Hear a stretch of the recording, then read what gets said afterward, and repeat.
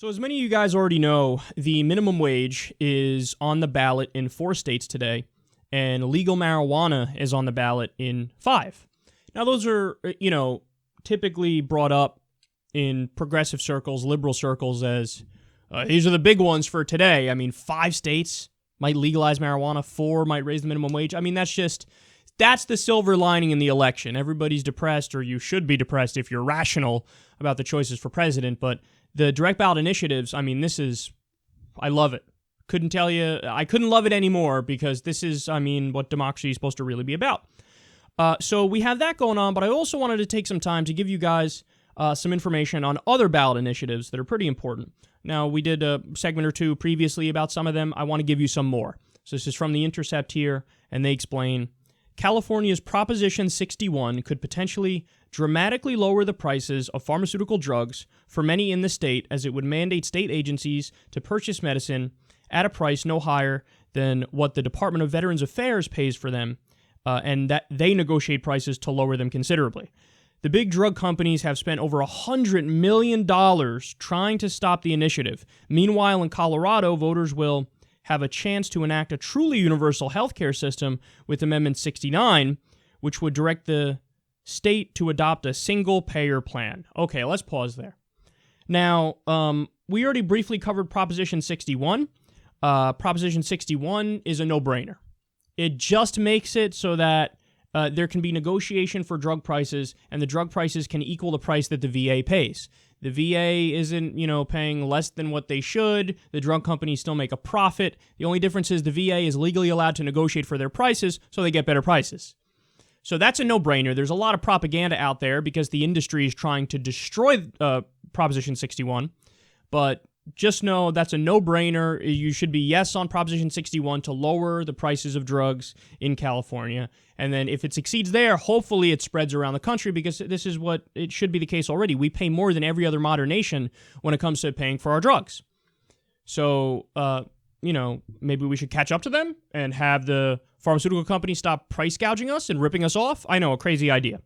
Now, Colorado with Amendment 69, to me, that's also a no-brainer. I support any and all ways of getting a single-payer system. And I've even, in recent years, or maybe this year, I've come to the position that I used to be rigid and say, no, only a single-payer system at the federal level is the one that I support. Now, because I've just heard so much, there's so many counter-arguments from so many people where they're just so close-minded about it, where they say, look, it's just not going to work at that large level. I don't agree with that. That, hey, we have too many people and it's too big of a project at that, at the federal government level. But I say, okay, you know what? Even though I don't agree with that, I'm reasonable. So if you would rather have a law at the federal level to mandate that each individual state sets up its own single-payer healthcare system within the state government, fine. How you like them apples? So again, I'm in favor of almost any way to achieve the goal, which is the necessary end goal of universal healthcare, whether it's individual single-payer systems within the state or not. Now, here's why this one scares me a little bit, because we've already seen it. I think it was in Vermont, but I may be mistaken as to the specific state, where they passed their own universal healthcare system, and then eventually the governor, bailed on it. Now, everybody was mad at the governor, and I get it, you should be, but, what happened was there was pressure from the health insurance companies, there was pressure from the pharmaceutical companies, and basically if one state does it at a time, they could just choke them off. Say, oh, you're going to do that? That's nice. How about we jack up your prices even more than anybody else is paying, and you can't afford it? How you like them apples? So you have the pharmaceutical companies and the health insurance companies holding, the state governments hostage. So, we got to really attack it all at once. But that being said, I don't know, maybe Colorado has some tricks up their sleeve and they can, do a chess move and jujitsu move and get back on top and still be able to create their own single-payer system within the state. So I would be in favor of that as well. All right, next. In Maine, voters will have an opportunity to enact a ranked choice voting system, becoming the first state to do so statewide. Under this system, voters choose not just one candidate at the ballot, but rank their preferences between different parties and candidates, empowering voters to vote for third-party and independent candidates without worrying about viability. If no candidate receives the majority of first preference votes, then the candidates who finish last are eliminated each round until the winning candidate has the majority of votes. all right, this is another no-brainer. And this is something that the two-party duopoly here in the U.S. will oppose tooth and nail. The Democrats and the Republicans will cry and scream and bitch and moan because they don't want this, because then they are going to have their power limited and you're going to have the ascendancy of third parties. I absolutely support this. Because look, I wish today I had ranked voting. Now, I'm in New York, so I'm a safe state, and it's going to go to Hillary Clinton no matter what the fuck I do. So I'm going to vote for Jill Stein. But I would love it if there was ranked voting. So, okay, it's Jill Stein. Well, Jill Stein doesn't have enough. Then your, vote goes to...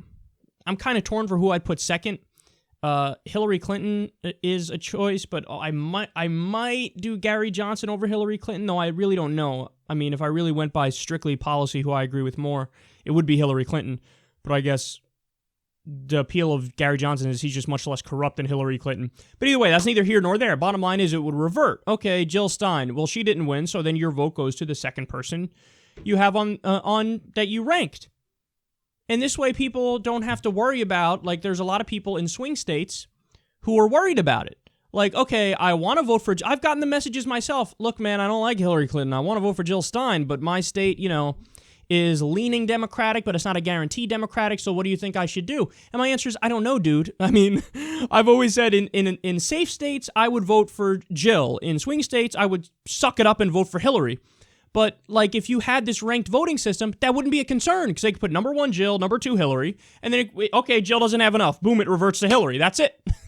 So, it's just a no-brainer, but that's the reason why it's not being put into place, because the two parties want to maintain their lockdown on power.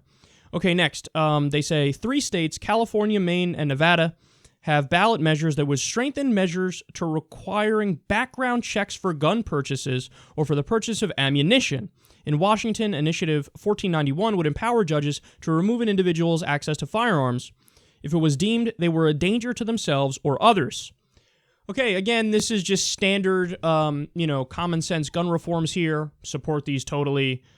Those seem like no-brainers. Next, 2 states, California and Nebraska, are revisiting whether prisoners should be subject to capital punishment. California has 2 ballot measures. Proposition 62 would repeal the death penalty, while Proposition 66 would speed up the appeals process and increase the amount of a prisoner's wages that would go to a victim's family for restitution.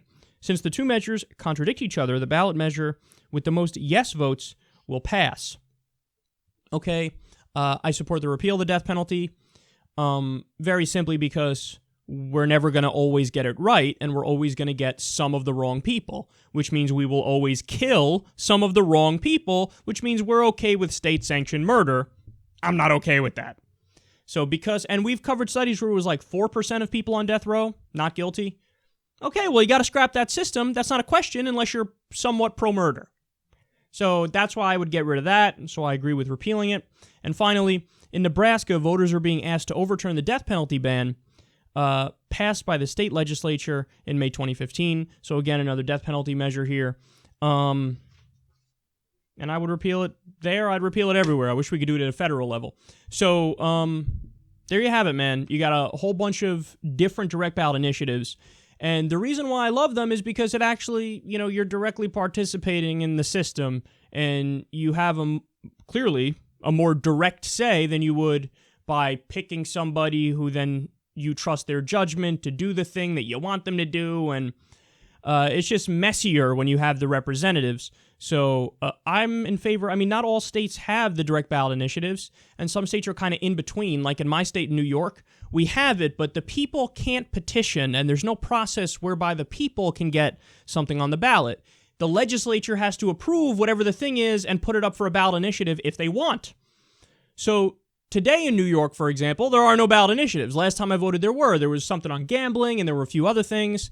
And those always felt like, oh, cool, I'm doing something more specific here, and I'm more directly involved in my system, and in my country, and in my democracy. So I would love to see more direct ballot initiatives all over the place, because the only upside of this election, as far as I can see, is we might have marijuana win massively all over the place. Not just the 5 states that are trying to legalize it for recreational use, but I think there's 4 other states for medical use that don't have it currently. The minimum wage things. I mean, the list goes on in all the ways that we can make our country a better country through this route compared to what we're dealing with, trying to pick the lesser of two evils with the monsters for the presidency.